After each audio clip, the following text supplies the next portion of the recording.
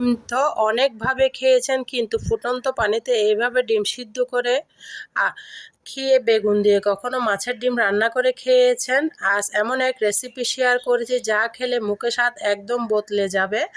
আসসালামু আলাইকুম বন্ধুরা, কেমন আছেন? আশা করি যে যেখানে আছেন সবাই অনেক বেশি ভালো আছেন। আলহামদুলিল্লাহ, আমিও ভালো আছি। আজকে শেয়ার করব মাছের ডিমের এক ইউনিক রেসিপি বলতে পারো। বেগুন দিয়ে মজাদার মাছের ডিমের এই রেসিপিটা আমি কিভাবে রান্না করেছি সম্পূর্ণ ভিডিও দেখতে থাকো। ভিডিওটা স্কিপ করবে না, স্কিপ করলে বুঝতেই পারবে না আমি কিভাবে এই রান্নাটা রান্না করেছি, রেসিপিটা বানিয়েছি, স্টেপ বাই স্টেপ দেখিয়ে দিয়েছি। বেগুন আলু নিয়ে নিয়েছি, বেগুন আর ডিম নিয়ে নিয়েছি। দেখতে পেয়েছো বন্ধুরা, এই পর্যায়ে আমি কিচেনে চলে এসেছি। চুলার উপরে পানি বসিয়ে দিয়েছি, দিয়ে দিয়েছি হলুদের গুঁড়া আর লবণ সামান্য পরিমাণে। এই ফুটন্ত পানির মধ্যে যে মাছের ডিম দিলে এরকম মজার একটা রেসিপি হয় বুঝতে পারবে না, তাই সম্পূর্ণ ভিডিও দেখতে থাকো। এখানে পানিগুলো ফুটে উঠেছে, দেখতে পারতেছো। এখানে এক এক করে আমি মাছের ডিমগুলো সুন্দর করে দিয়ে দিচ্ছি, দেখতে পারতেছো বন্ধুরা। ডিমটা ফুটে আসা পর্যন্ত অপেক্ষা করতে হবে। একটু নাড়াচাড়া করে দিচ্ছি, তোমরা হয়তো দেখে বুঝতে পারতেছো। এইভাবে নাড়াচাড়া করে ডিমটাকে আমি 3-4 মিনিট মতো সিদ্ধ করে নেব। আমি কোনো ঢাকা ব্যবহার করি না, এমনি জাস্ট ফুটিয়ে নিয়েছি। দেখো বন্ধুরা, সুন্দর করে ফুটে উঠেছে। ফুটে ওঠা অবস্থায় কিন্তু একটু লেবু দিয়ে দিব। মাছের ডিমে যে আস্তে একটা গন্ধ থাকে সেটা আর লাগবে না, সুন্দর করে এই আস্তে গন্ধটা চলে যাবে এই লেবুটা ব্যবহার করার কারণে। লেবুটা দিয়ে আমি 2 মিনিট মতো ফুটিয়ে নিব।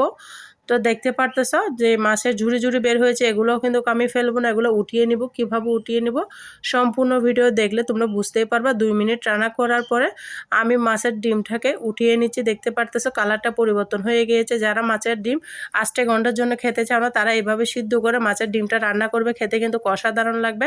দেখো পানির মধ্যে যে ডিমের ঝুড়াগুলো পড়ে গিয়েছিল সেগুলোকে আমি একটা ছাঁকনির সাহায্যে ছেঁকে নিয়ে নিয়েছি। এগুলো আমি ফেলে দিই নাই, তোমরা এইভাবে নিয়ে নিবা। বন্ধুরা দেখতে পারতেছো অনেকগুলা ডিম। তো এই পর্যায়ে আমি বেগুন আলুগুলো কেটে নিব। সাথে দিয়েছি একটা আলু আর একটা বড় সাইজের বেগুন। আমি বেগুনটাকে আর আলুটাকে একটু বড় বড় স্লাইস করে কাটবো। কিভাবে কাটতেছি তোমরা খেয়াল করো বন্ধুরা, কাটাকুটি সবাই পারে, আমি কিভাবে কাটাকুটি করি সেটাই তোমাদের সাথে শেয়ার করি। আশা করি তোমাদের অনেক বেশি ভালো লাগবে, দেখতেই থাকো। তো বেগুন আলুগুলোকে আমি একটু মোটা মোটা করেই কাটবো। এই রেসিপিটার জন্য মোটা মোটা করে বেগুন আলু কাটলে বেশি মজা লাগে।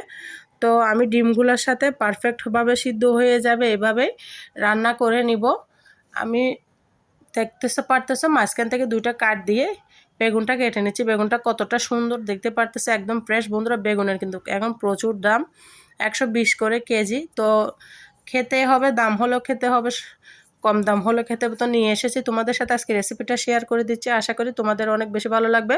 ভালো লাগলে ফ্রেন্ডস এবং ফ্যামিলির মাঝে আমার ভিডিওটা শেয়ার করে দেওয়ার অনুরোধ রইল।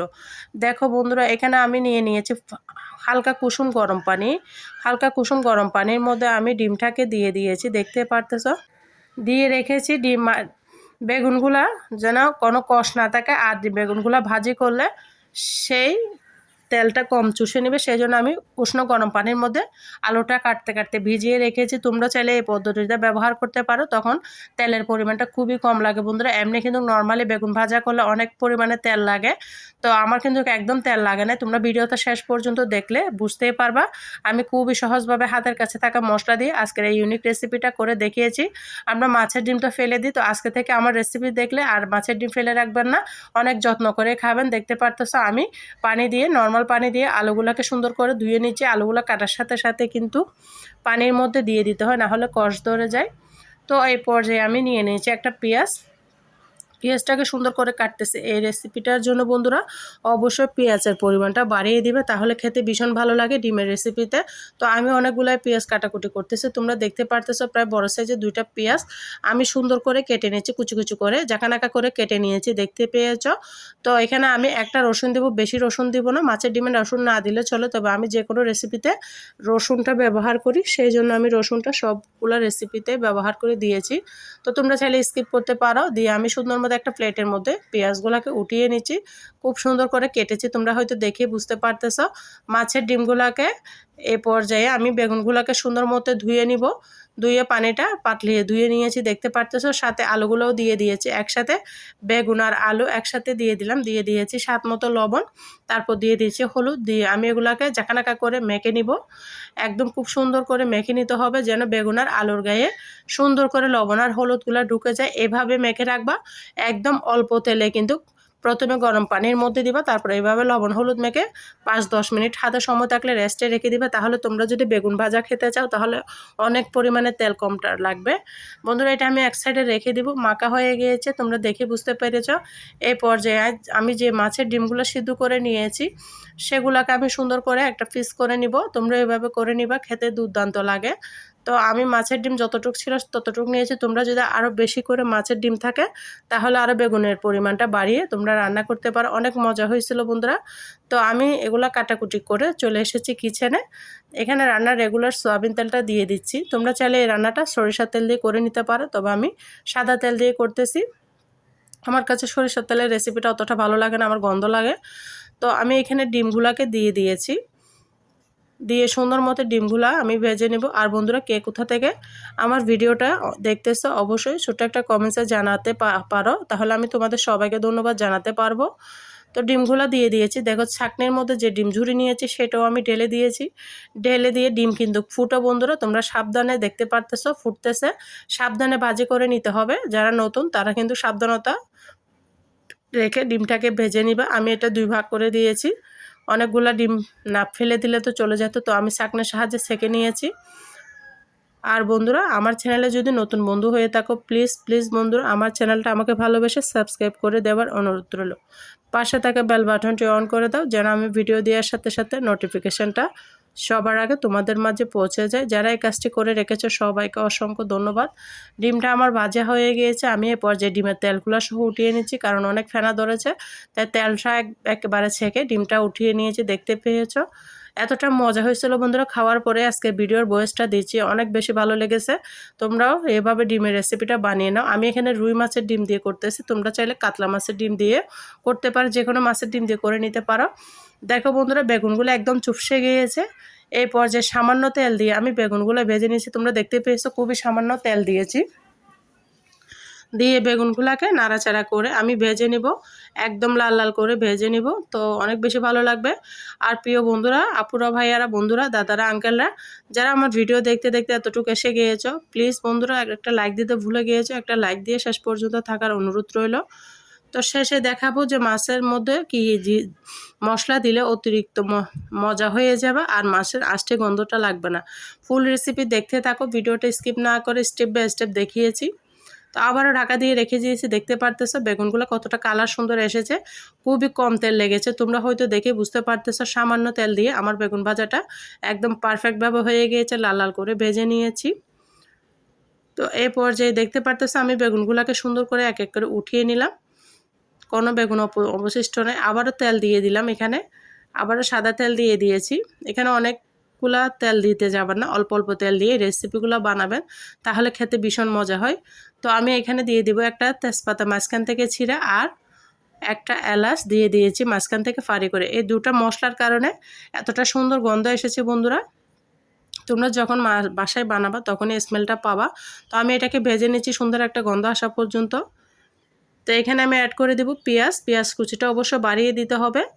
পেঁয়াজ কুচিটা যত বাড়িয়ে দিবা এই রেসিপিটা খেতে অনেক বেশি মজা হয়। দিয়ে আমি নাড়াচাড়া করে নিচ্ছি। পেঁয়াজটা যখনই লাল হয়ে যাবে, দেখো পেঁয়াজটা লাল হয়ে গেছে, তখনই আমি আলুগুলা দিয়ে দিয়েছি। আলুগুলো আমি আলাদা করে ফেলেছিলাম লবণ হলুদ মেখে, সেটা তোমাদেরকে শেয়ার করে নিই। বেগুন থেকে আলাদা করে তুলে রেখেছিলাম, সেটাকে আমি এভাবে এখানে 2-4 মিনিট ভেজে নেব হালকা করে। বেশি ভাজবো না, হালকা করে ভেজে নেব যেন আলুর মধ্যে একটা সুন্দর স্মেল আসে।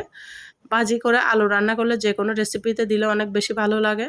তো এই পর্যায়ে আমি এখানে কিছু ড্রাই মশলা অ্যাড করে দিব। নিয়েছি হলুদের গুঁড়া, ধনিয়া জিরার গুঁড়া, লাল মরিচের গুঁড়া। লাল মরিচের গুঁড়াটা বন্ধুরা আমি একটু বেশি দিয়েছি, একটু ঝাল ঝাল হবে তার জন্য। আমি এখানে ফুটন্ত গরম পানি দিয়ে দিয়েছি। দিয়ে দেওয়ার পরে সুন্দর মতো নাড়াচাড়া করে নিচ্ছি। আবারও ফুটন্ত পানি দিচ্ছি, দেখতে পারতেছো। দিয়ে আমি মশলাটাকে আর আলুটাকে ভালো মতো কষিয়ে নিব। এভাবে যত বেশি কষাইয়ে রান্না করবা তত যে কোনো রেসিপি বেশি মজা হবে। দেখো বন্ধুরা কষানোর 5 মিনিট পর আমি প্রায় ফিরে এসেছি। চুলার আঁচটা কিন্তু মিডিয়াম করে রেখেছি। এই পর্যায়ে হাই ফ্লেমে আগুন দিবেন না, তাহলে রান্নাটা হবে না, পানিটা শুকিয়ে যাবে, খেতে ভালো লাগবে না। অবশ্যই নর্মাল ফ্লেমে আগুনটা রেখে তোমরা রান্না করতে পারো মিডিয়াম করে, তখন রান্নাটা স্বাদ দ্বিগুণ বেড়ে যাবে। তো কষিয়ে কষিয়ে রান্না করতে করতে এই পর্যায়ে এসে আমি এখানে দিয়ে দেব মাছের যে ডিমগুলো ভেজে রেখেছি সেগুলো দিয়ে সুন্দর মতো আমি আবারও ভালো মতো গুটাগুটি করে নাড়াচাড়া করে দিব। দিয়ে এখানে আমি নাড়াচাড়া করে দিচ্ছি, দেখতে পারতেছো ডিমগুলো দিয়ে। প্লেটটা ধুয়ে একটু পানি দিয়ে দিয়েছি, কারণ এখানে অনেকগুলো তেল ছিল, তোমরা দেখতে পেয়েছিলে। ডিমগুলো ভেজে আমি তেলসহ উঠিয়ে নিয়েছি। তো গরম পানি ধুয়ে দিয়েছি, অল্প একটু পানি দিয়েছি, এভাবে কষিয়ে পরে ফিরে আসলাম প্রায় 7 মিনিট পরে। তো এখানে আমি নাড়াচাড়া করে দিয়েছি, দেখতে পারতেছো। বারবার পানি দিয়ে অল্প অল্প পানি দিয়ে কষিয়ে রান্না করলে যে কোনো রেসিপি কিন্তু অনেক মজা হয়। এই পর্যায়ে দিয়ে দিলাম ভেজে রাখা বেগুনগুলো কিন্তু একসাথে দিতে যাবেন না, তাহলে বেগুন একদম থেতো হয়ে যাবে, বেগুন আর খেতে পারবে না, ডাল হয়ে যাবে। তাই আমি যেভাবে স্টেপ বাই স্টেপ দেখিয়েছি সেভাবে রান্নাগুলো করবেন, তাহলে অনেক বেশি মজা হবে আর পারফেক্টভাবে থাকবে সব কিছু। তো আবারও দিয়ে দিলাম ফুটন্ত গরম পানি। রান্নাতে ফুটন্ত গরম পানি দিলে রান্নার স্বাদ বেড়ে যাবে দ্বিগুণ, আর সময়ও বাঁচবে, তাড়াতাড়ি হয়ে যাবে রান্না। তো আমি এখানে একটু ঝুল করেই রান্না করব। আর মাছ, বেগুন, আলু এগুলো একটু ঝুল ঠান্ডা, তোমরা হয়তো কম বেশি সবাই জানো। দিয়ে দিলাম একটু স্বাদ বাড়ার জন্য চিনি, হাফ চামচ। চিনিটা অপশনাল, তোমরা চাইলে দিতে পারো, না চাইলে দিতে না পারো, দিলে মজা স্বাদ বাড়বে। আর লবণটা টেস্ট করেছি, লবণটা একটু কম হয়েছে, এখানে আমার আরেকটু লবণের পরিমাণ লাগবে, দেখতে পারতেছো। লবণটা ইম্পর্টেন্ট, যদি লবণটা ভালো না হয় খেতে ভালো লাগবে না, তাই লবণটা তোমরা অবশ্যই চেক করে নিবা। মাশাআল্লাহ, এত মজা হয়েছিল বন্ধুরা, তোমরা একবার হলো এই রেসিপিটা বানিয়ে নিবা। সর্বশেষ দিয়ে দিলাম এখানে আমার হাতে একটা স্পেশাল মশলা, এখানে এলাচ, দারচিনি, তেজপাতা, জিরা, ধনিয়া, শুকনা মরিচ সব কিছু মিলিয়ে আমি একটা মশলা করেছি, সেটা দিয়ে এটার অনেক রান্না মজা হয়েছিল। আমি স্পেশাল রান্নার মধ্যে এই মশলাটা দিয়ে থাকি সব সময়। তোমরা হয়তো যারা আমার ভিডিও দেখো কম বেশি সবাই জানো, দেখো সবগুলা কিন্তু একদম পারফেক্টলি সিদ্ধ হয়ে গিয়েছে। এই পর্যায়ে আমি তোমাদেরকে পরিবেশন করে দেখিয়ে দিব কেমন হয়েছে আমার বেগুন রান্না আর ডিম দিয়ে। অবশ্যই ছোট্ট একটা কমেন্টসে বলবা। আর তোমরা যারা আমার সাথে এতক্ষণ পর্যন্ত ভিডিও জুড়ে আছো সবাইকে অসংখ্য ধন্যবাদ। ভিডিওটি যদি ভালো লাগে, রেসিপিটি ভালো লাগে, লাইক কমেন্ট শেয়ার করতে ভুলবা না। আর আমার কথার মাঝে কোনো ভুল ত্রুটি হলে সবাই ক্ষমার দৃষ্টিতে দেখো। সবাই ভালো থাকো, সুস্থ থাকো। আল্লাহ হাফেজ। আসসালামু আলাইকুম ওয়া রাহমাতুল্লাহি ওয়া বারাকাতুহু।